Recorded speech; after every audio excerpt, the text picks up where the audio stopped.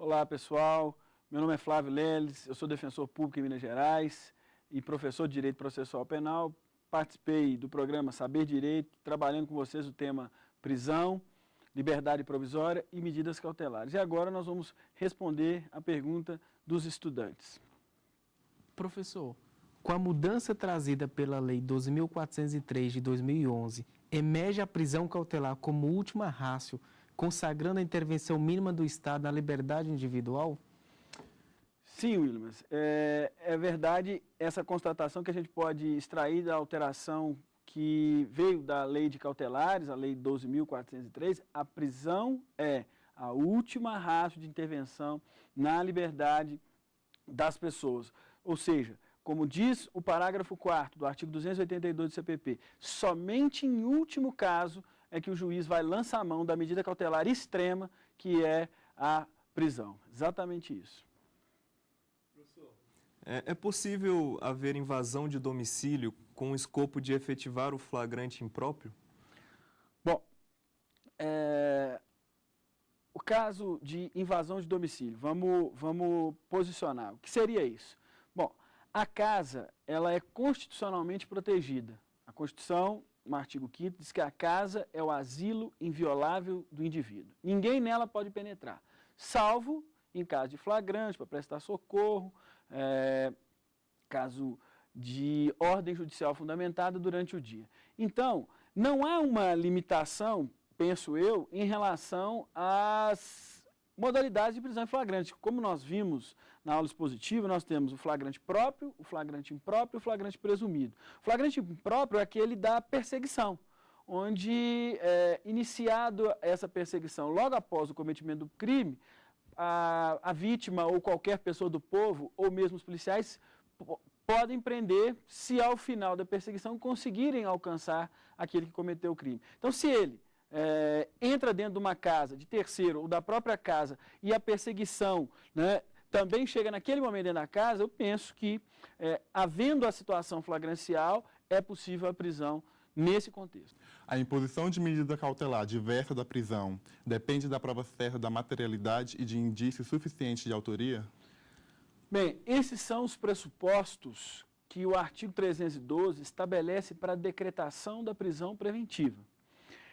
A sua pergunta se refere às medidas cautelares alternativas à prisão.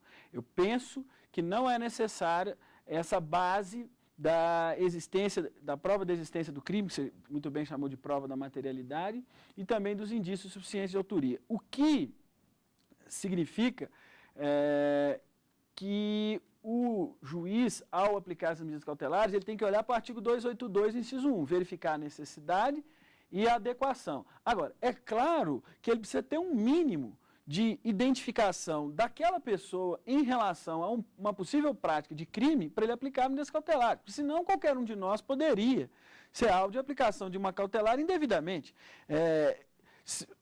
A exigência da prisão preventiva de prova da existência do crime de suficiente de autoria é para você ter um mínimo de indicação de quem foi que cometeu possivelmente aquela conduta e para poder prendê-la. Então, não existe essa base legal como exigência, mas você precisa ter alguma indicação de que aquela pessoa é possivelmente autora de um crime e que é necessária a aplicação de uma medida cautelar. O clamor público inerente ao repúdio que a sociedade confere para a prática criminosa, por si só, é fundamento para fazer presente o perigo libertados e justificar a prisão preventiva?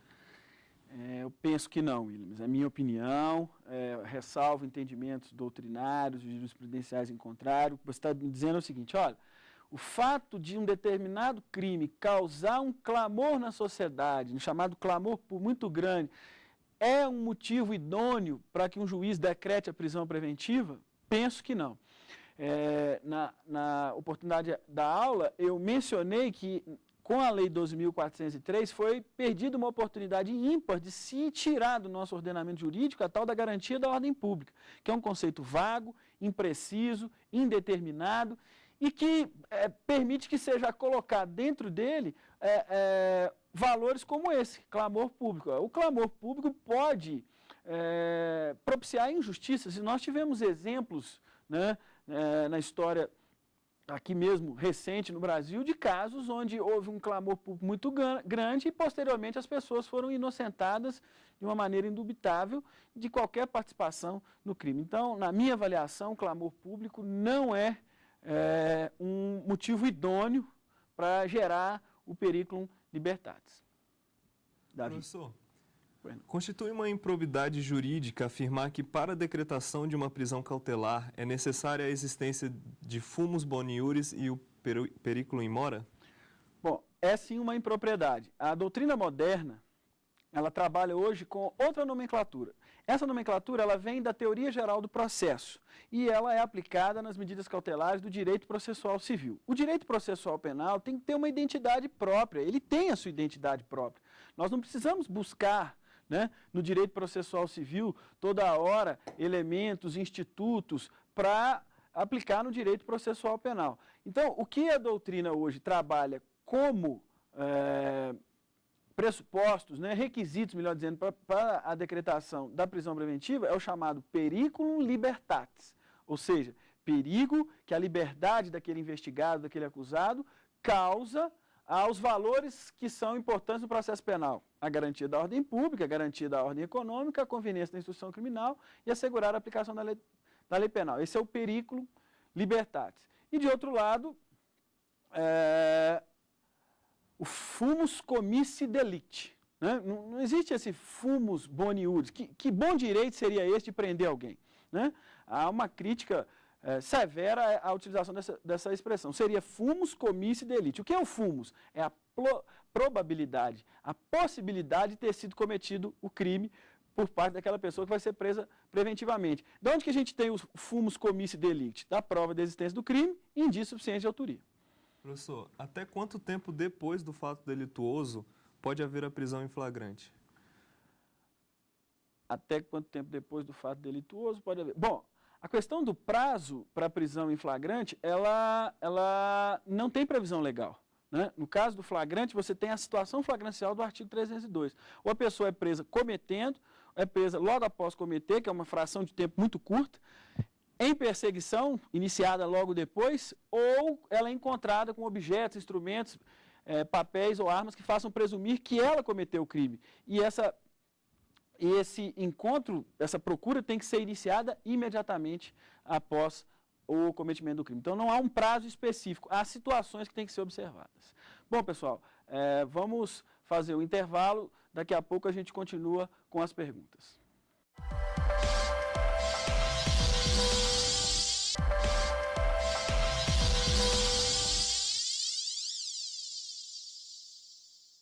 Estamos de volta e agora nós vamos responder a pergunta dos estudantes.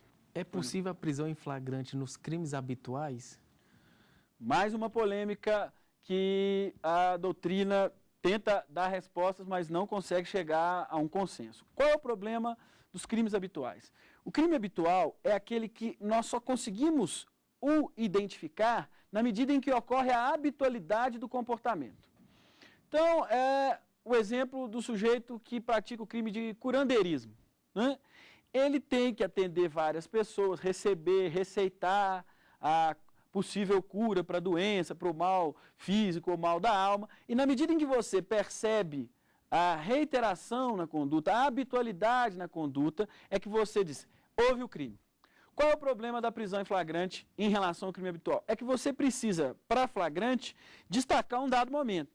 Então você pega esse sujeito atendendo alguém que procurou lá, que o procurou lá querendo, né, obter a cura para uma determinada doença. E ele está lá atendendo e ministrando um certo medicamento que ele mesmo fabrica e produz lá na sua, entre aspas, clínica. Aí o que acontece? Aquele momento isolado, destacado, ele não caracteriza a habitualidade. Sozinho você não consegue. No auto de prisão em flagrante você vai ter todas as informações de um ato, um atendimento, uma consulta. E que parcela majoritária da doutrina vai dizer que então, por esse motivo, não há crime, não há flagrante em crime habitual. Mas outros autores vão identificar, vão defender a possibilidade de que só esse momento destacado é passível de caracterizar a situação flagrancial e por isso a prisão seria válida, seria legal. Certo? Davi. Professor, por que a prisão em flagrante não pode, por si só, manter alguém preso, compreendendo sua pré-cautelaridade? Boa. A prisão em flagrante, pessoal, ela se refere a um momento, né? Como eu disse na resposta anterior.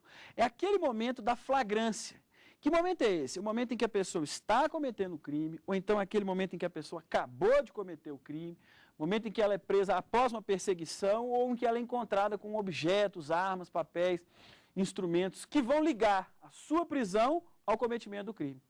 Certo? Então, em razão dessa situação, o flagrante, ele autoriza a prisão no momento, mas a manutenção da prisão, ou seja, a pessoa continuar presa, vai depender de uma análise de cautelaridade, ou seja, vai depender da análise da necessidade da prisão. E aí o juiz vai ter que avaliar com base no artigo 312 os motivos da prisão preventiva. Então, a prisão preventiva é cautelar, porque ela precisa se basear na necessidade concreta e ela vai ensejar a manutenção da prisão. O flagrante não, o flagrante é aquele momento. A pessoa foi presa, beleza, faz o quê? Lavra o APF e manda para o juiz. E o juiz decide o quê? Vai continuar presa ou vai aguardar em liberdade? Para ela continuar presa, essa pessoa continuar presa, ele vai ter que fundamentar, decretando a prisão preventiva. E aí sim nós temos a cautelaridade. O flagrante não, ele é pré-cautelar. Ele não autoriza que a pessoa fique presa só por conta do flagrante. Certo? Jefferson. Segundo a súmula 21 do STJ, após a pronúncia do acusado, prevalece o posicionamento que não ocorrerá mais excesso de prazo. Como que é aplicada essa súmula hoje? Há constrangimento ilegal nessa prisão?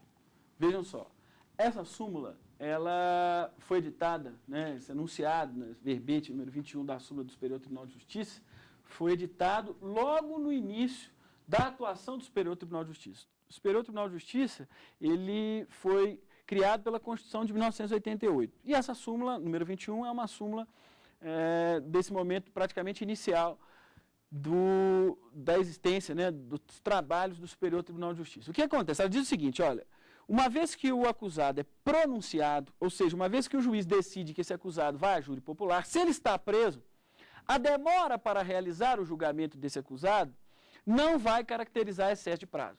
Olha, é preciso, na minha opinião, rever esse entendimento em relação à súmula, não só à súmula 21, mas também à súmula 52. Por quê? Porque depois dessa súmula, houve uma alteração na Constituição que foi propiciada pela Emenda Constitucional número 45 de 2004, a chamada Reforma do Judiciário. Nessa reforma do Judiciário, se inseriu no artigo 5º da Constituição, o inciso 78, que garante a todos a chamada razoável duração dos processos. Da razoável duração dos processos, em matéria de processo penal, nós não podemos fugir da razoável duração da prisão. Porque a prisão que se eterniza, a prisão que demora muito, sem que se tenha um julgamento, ela se transforma de medida cautelar em antecipação de pena. E a antecipação de pena, a Constituição veda.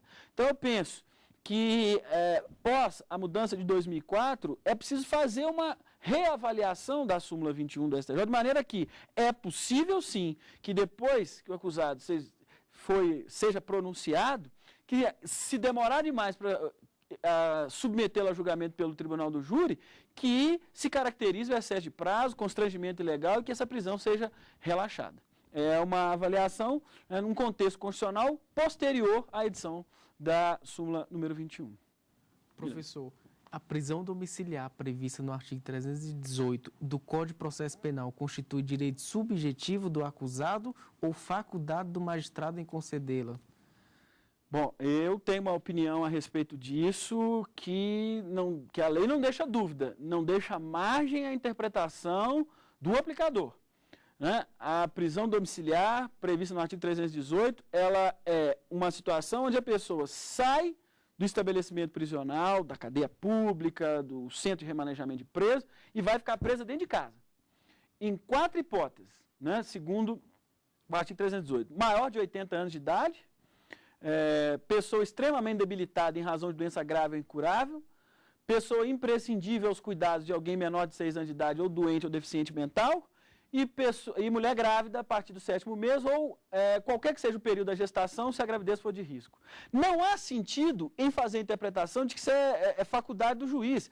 É dizer que o juiz pode pegar uma mulher grávida a partir do 7º mês e dizer, não, você vai ficar presa aqui na cadeia pública. Você não, você pode. Qual a diferença? A lei não estabeleceu parâmetros para que ele diferencie. Então, eu não tenho dúvida, né, eventual posicionamento em contrário, não conheço todos, né, mas a gente no direito respeita. Mas eu não tenho dúvida que isso é um direito subjetivo da pessoa que está suportando uma prisão preventiva e que pode ter essa prisão preventiva substituída por uma prisão domiciliar. Professor, qual a medida pode ser tomada se a autoridade policial retardar ou recusar conceder a fiança? Olha, o delegado, segundo o artigo 322 do Código de Processo Penal, ele pode conceder a fiança nos crimes cuja pena máxima não ultrapasse 4 anos. Então, o furto simples, o crime de trânsito de embriaguez ao volante, que a pena é de 6 meses a 3 anos, o artigo 306 do Código de Trânsito, todos esses, a pessoa presa em flagrante, levada à presença do delegado, ele pode, não só pode, como deve, conceder a fiança se o crime, obviamente, não for inafiançável. Se o delegado, por qualquer motivo indevido, equivocado, não concede a fiança, o caminho natural é pedir ao juiz. Né, demonstrar ao juiz o cabimento da liberdade provisória de confiança e pedir. O que vai acontecer é que vai demorar mais. Porque quando o delegado concede, a pessoa sequer é recolhida ao cárcere. Ela é levada à presença do delegado, ele lavra o APF e já concede a liberdade provisória, a pessoa vai embora. Mas se o delegado não concede, essa pessoa vai ser recolhida ao cárcere e vai aguardar uma decisão do juiz. Então, demora mais na restituição da liberdade. Jefferson? Professor, quais as diferenças entre os flagrantes esperados e diferido? Bom, no flagrante esperado, o que você tem é uma informação por parte de alguém da polícia de que um crime poderá acontecer em um determinado dia, em uma determinada hora, em um determinado local. E a polícia vai e se põe a esperar. Na medida que a informação se confirma, que esse fato ocorre e se inicia a execução do crime, a polícia estaria autorizada, segundo a doutrina tradicional, a prender essa pessoa em flagrante delito. No flagrante diferido ou retardado ou ação controlada, essa situação é muito parecida, só que ela é específica para os crimes, para a atuação de crime organizado. Professor, na ótica jurisprudencial, a primariedade, bons antecedentes e residência fixa são obstáculo para a decretação da prisão preventiva? Não. Na ótica dos tribunais superiores, se bem entendi a sua pergunta, o fato de alguém ser primário, ter bons antecedentes, residência fixa, trabalho conhecido, só isso não é um ponto que impeça a decretação da prisão preventiva, desde que haja algum daqueles outros motivos que autoriza a decretação da prisão preventiva. Ou seja, a garantia da ordem pública, que vai ficar um pouco dificultada em razão do fato do sujeito ser primário. Você vai ter ordem pública na hipótese de reiteração de crimes. Mas a conveniência da instrução criminal e assegurar a aplicação da lei penal, mesmo o primário de bons antecedentes, que tem endereço certo ou residência fixa, esse pode ainda assim colocar em risco esses valores. Então, eu agradeço a vocês pela participação, com as perguntas, agradeço à TV Justiça, a minha participação nesse programa Saber Direito, espero ter ajudado, ter contribuído para a preparação, a formação de vocês e me coloco à disposição eventualmente para responder algumas outras perguntas pelos canais aí institucionais. Muito obrigado.